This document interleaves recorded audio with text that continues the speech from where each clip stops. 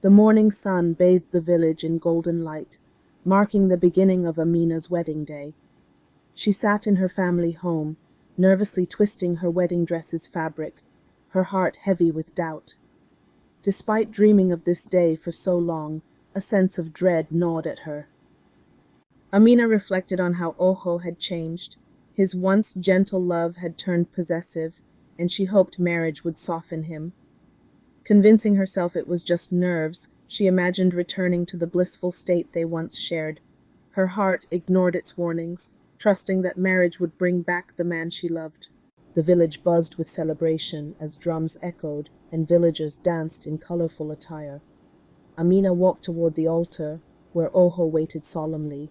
The elders performed the marriage rites, and the village erupted in cheers as they were declared husband and wife, yet Ojo's gaze felt different, filled with possession.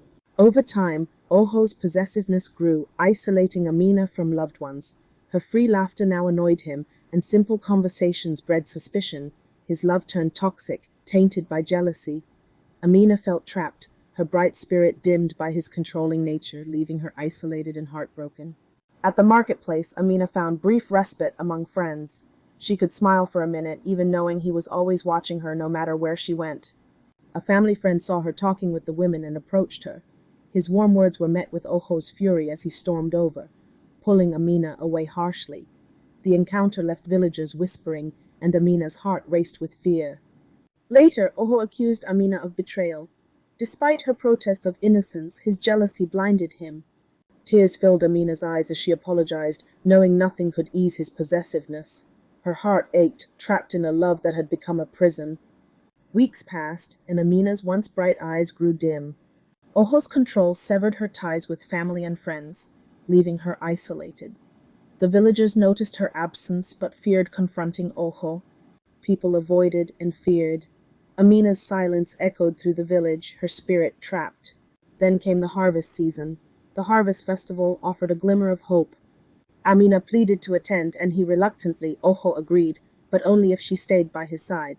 At the festival, Amina stood quietly, longing for freedom. Her heart soared when she saw her cousin Femi at the festival.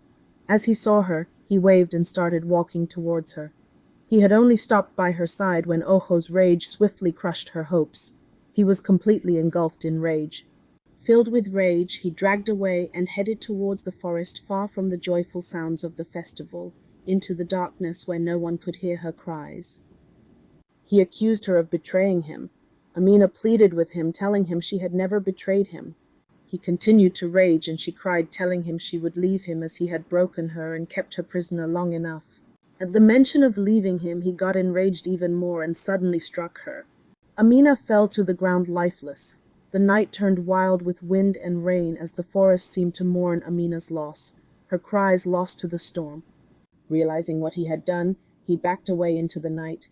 The next day, her family came for her. When they got to Ojo's hut, they met their home deserted. They set up a search party. The villagers searched for Amina and found her lifeless body in the forest.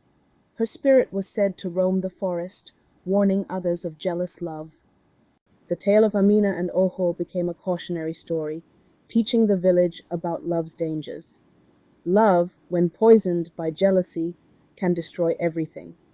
The villagers learned that true love is built on trust, freedom, and respect, not possession or control.